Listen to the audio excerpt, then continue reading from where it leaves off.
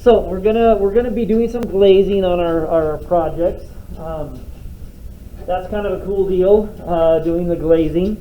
Let me make some adjustments here. I'm gonna turn this around a little bit so I can kind of see what's going on for myself. So I have a project ready to rock and roll. On that, this is the elephant pinch pot that I have. You notice that it's turned pink. So we have a pink elephant, but that's what we wanted. We wanted it to get to be the bisque fired stage. So when you see these pink pots and stuff like that, that means they've been fired once. And they kind of have which is a lot different than what it was before. So it started to turn to glass or to stone. It has a little bit of that sound to it, which is kind of cool. The hardest thing to do for what glaze are you going to pick? That's like I don't know what we're going to do on those. So let me find one here on this one. So I have a number of little test pots on those, and that's what we have in this location. So I have one glaze on one side, and then I have another glaze on the other side, and then where the middle is, maybe you can see that a little bit better. You can kind of see where the things are. That's the overlap on what we have going. On the bottom, you find the names of the glaze. This one is a blue celadon. This other one over here, this is desert sand. If you're curious, there's usually a little dot by the one of the glazes. That means it went on first. And so if you're looking to make this color here, you put on the blue celadon first, and then the desert sand went over top of that, and that's how we got that overlapping sort of a look with this one. And so that's kind of a cool thing. And so there's a number of those up here on the glazing tables that you can utilize to tell what color is what and for its application.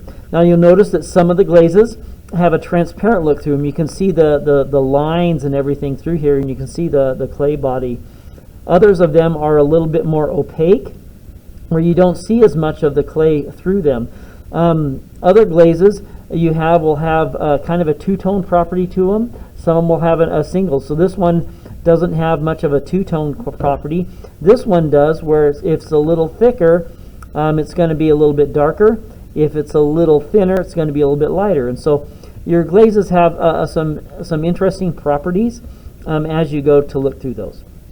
This one right here, I figured this looked like a good color for an elephant, kind of a bluish gray color with those. Plus it's a transparent, which means as I look through this, I'm going to be able to see the structure of the eyes and the texture on the nose and some of these other features with this particular glaze. And so I figured a transparent would work really well.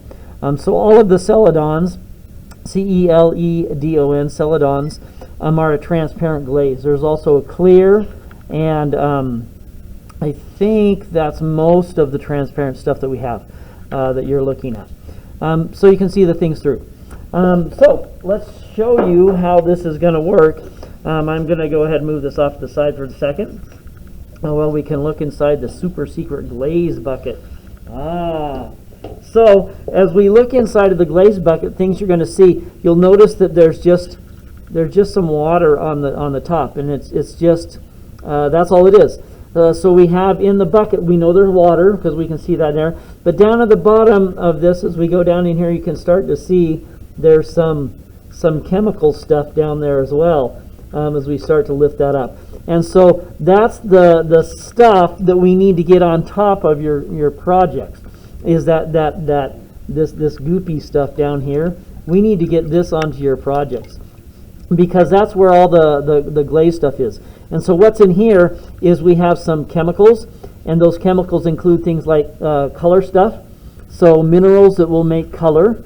There's minerals in there that will make glass, basically, and then there's minerals in there that will lower the melting temperature so that the glass will melt and everything will stick to the pot. And so that's what's in here.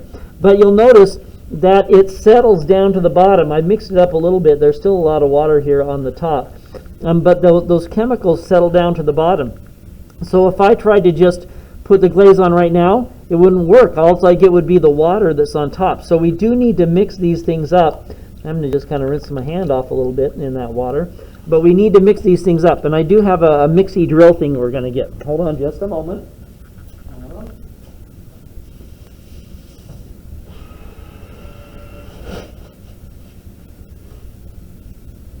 All right. So this is the Monster Super Duper mixing drill, straight from DeWalt to our little studio here to do our working stuff. It has a mixing bit on it. This is just a paint mixing bit. This is going to go down into the goop.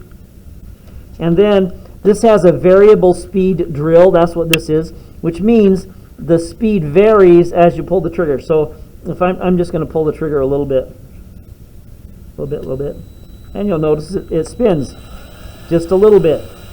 And that's a cool thing. And then so we stick this down in here, and we slowly start to mix up the stuff.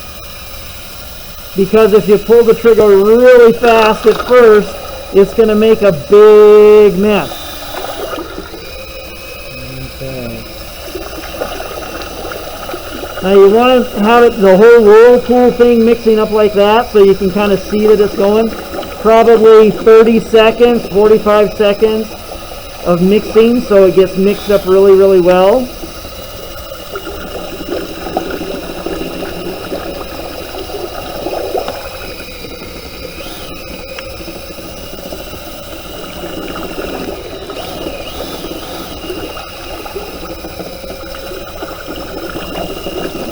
Okay, that's probably mixed up pretty good. So when it mixed up, it should be about the consistency of chocolate milk, right? A little bit thicker, a little bit goopier. Notice how it kind of sticks and hides the features of my fingers on that. And so that's what I'm looking for. I mention that because sometimes these sit out, people leave the lids off, different things like that.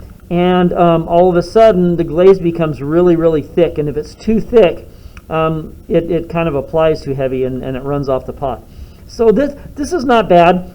This is okay for a quick dip. It might be a little bit thick, but I think it's definitely workable. The next thing I need to do is I need to rinse this off in the sink so that we don't have this glaze go into the next glaze that gets mixed up. So let me do that real quick.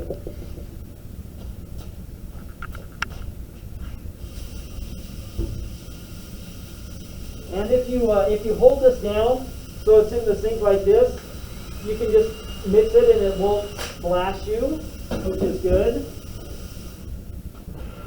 Okay.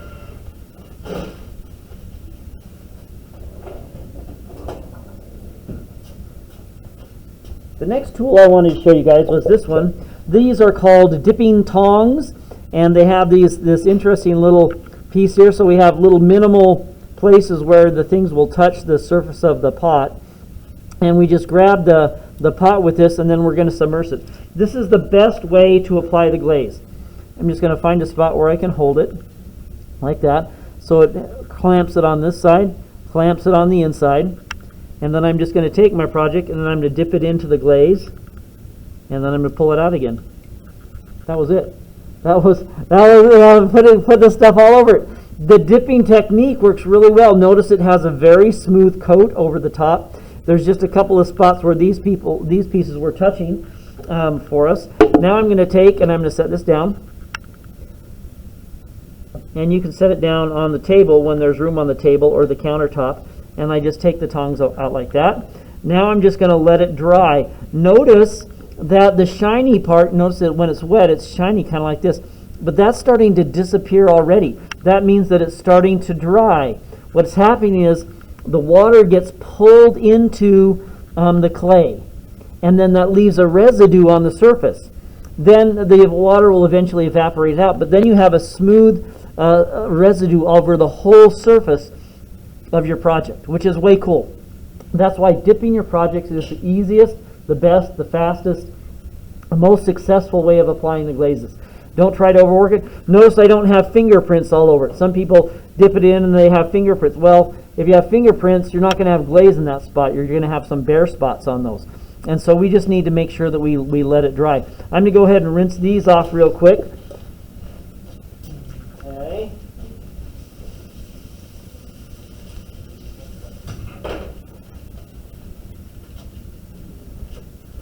other things that I wanted you to notice. Let's see this one here. So here's my sample that I have. This is what the glaze is going to turn out like. Notice that they're not the same color.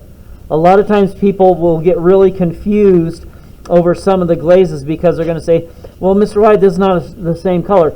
And this one you'd probably say, well, I consider it's kind of a gray color, so it's going to come out gray.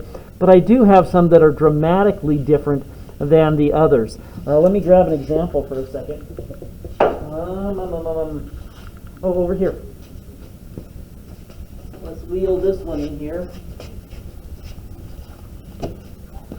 And we'll wheel this one out for a second. Here's a cool glaze. This is also a celadon glaze. This is called green celadon. I know you're kind of saying to yourself, Mr. White, I'm not a really fancy art student, but I know green when I see green. That's not green. That's true, it's not green. Remember, this is chemicals.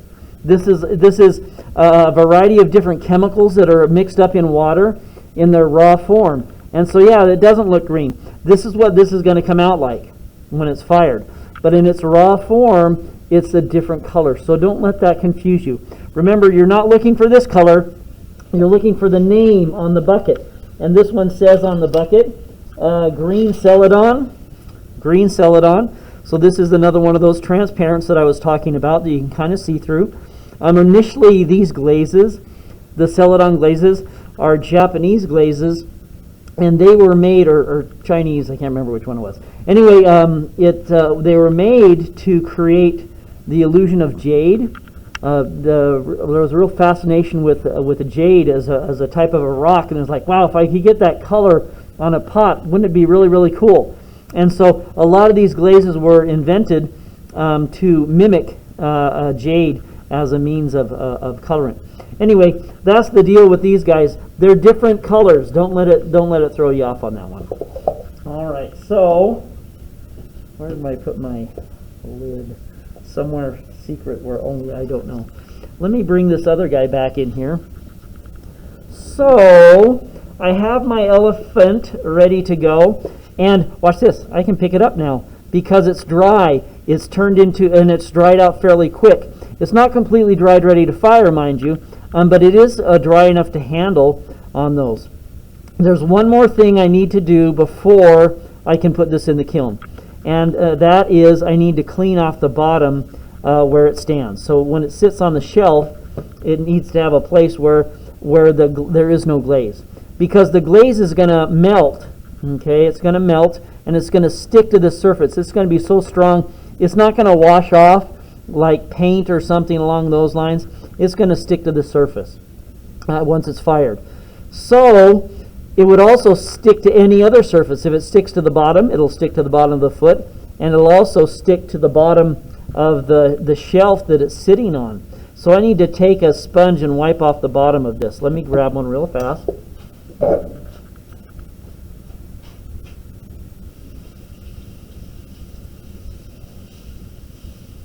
We have the sponges just over here by the sink. It's a little bit crowded over here right now, but that's okay. All right, got the big sponge, and I'm just going to take this, and I'm going to clean off the bottom just by rubbing that on there. And you'll notice I can see the pink again, which is really good. Here's the thing. You need to go up the side anywhere from 1/4 of an inch to, this one is about 1/8 of an inch. That's probably going to be okay for this particular glaze. Some glazes are really, really runny, so when we fire it, that glaze is going to run and fall off the bottom on that. But I want at least 1/8 of an inch clearance on the bottom. I don't know if you can see that very well. I'm trying to find a good background that you can see it against. Maybe over here, where we can see that pink, that little bit of the pink up there where it's 1/8 of an inch up the side. So that's what we want. Now when I take this, I can put it on the shelf. It'll fire it. The glaze won't stick to it, and we'll be ready to go. Let me show you one example of the problem that I'm looking at here.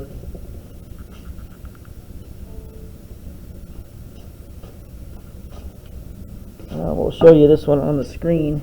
Move that out of the way. So this one was fired, and it wasn't cleaned off very well on the bottom, and the glaze was really runny. You'll notice it's stuck, it's fused, it's not coming off. And so that's what can happen if we don't clean off the bottoms of our stuff. It sticks to the shelf, and there's no means of getting that off.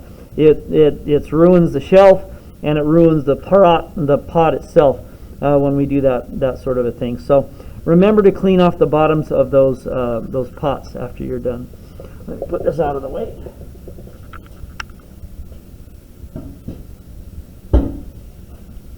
Most of you, let's see, I was going to do, let's do one more here. So the glaze is in the buckets. Let me wheel this out of the way and grab another glaze. And the glaze buckets are just stored around the table. It looks like I moved one here. Let's move this green celadon back in here. I might want to use that one a little bit. Since I cleaned off my the drill mixing thing, I'm ready to go. Remember, put it in.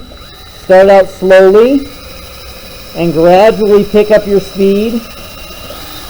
And then mix it for, like I said, maybe 30 seconds, 45 seconds, so that it becomes well mixed all the way through.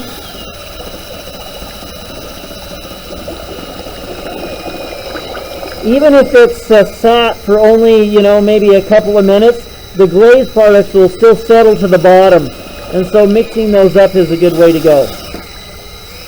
Almost there.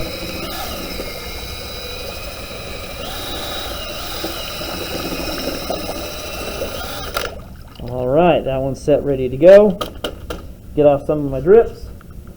Rinse off the drill mixer. Set it beside the sink. Find my other project here. This one's going to be a little bit more difficult and tricky to grab. I got to find some spots where it's going to be workable. And then this one's going in for a few seconds and then coming back out. I'm going to steal and put this lid back on. Then I'm going to set it down and I'm going to let it dry. Now, most of you are going to be making projects that will fit easily in these 5-gallon buckets on that one. If you happen to make something bigger, please let me know that doesn't fit in the bucket, and I can show you how to glaze it. We have other containers we can pour this glaze into so that it will be easier for you to glaze on those. Okay, going to rinse that off real quick.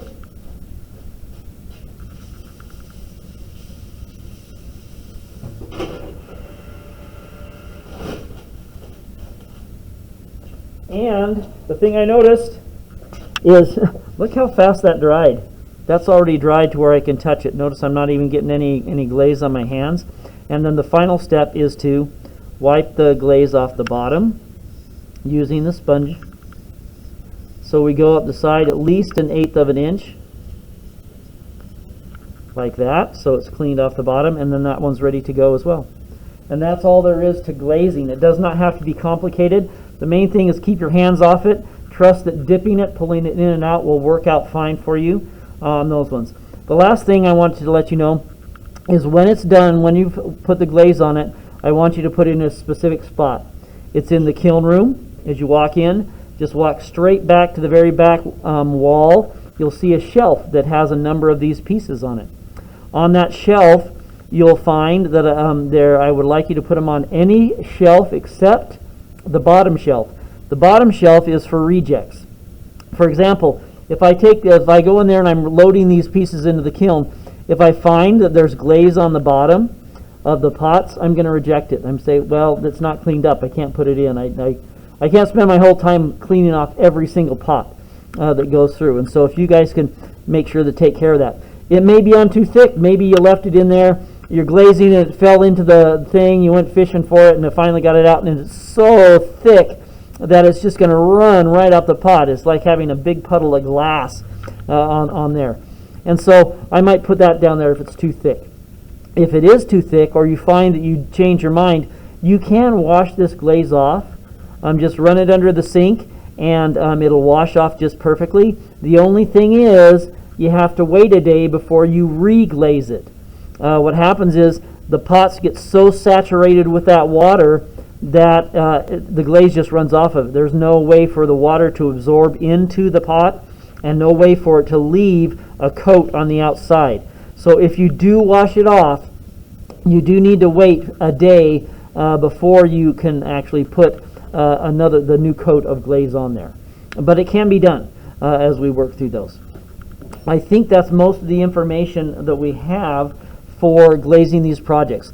Now, if you're working at home, if you're on a hybrid thing where you might have some pieces at home, you take them home and I will accept things that might be an alternative surface decoration. I prefer glazing them on those. But if you don't have that opportunity, you can do using some acrylic paints will work on the surface, and you can get some paints, and kind of what you see is what you get. You can get usually a small bottle of acrylic paint from like Walmart or a lot of craft stores for anywhere from 50 cents to $1, and you can just paint the whole thing that color. Disadvantage is it's not going to be able to use it for food or any of those sorts of items, because once you wash it, that paint will eventually come off. Paint is for strictly decorative use on those. So if it's a decorative piece and you're not going to be functional on it, you can use those paints if you're in an at-home situation. Now, firing them, you kind of need to bring them here to get them fired on those. So that's kind of the deal. You can drop them off, during class, before class, after school, whatever you're needing to do, depending on what your circumstance is to get the glaze. You can glaze them before school and after school as well. If you want to come in here, the rooms are open, and just glaze them. You saw how quick it is. It's like 5 minutes to put the glaze on the surface, and you'll be ready to rock and roll. And so that's a very quick way that you can come and glaze your projects and have them finished. Then, of course, pick them up a little bit later. I think that's most of the information that I have for you on doing the glazes. It turns out pretty cool, and we'll do a glaze firing as soon as I have enough pieces, probably in the next week or so for those. But that's glazing. Let's do a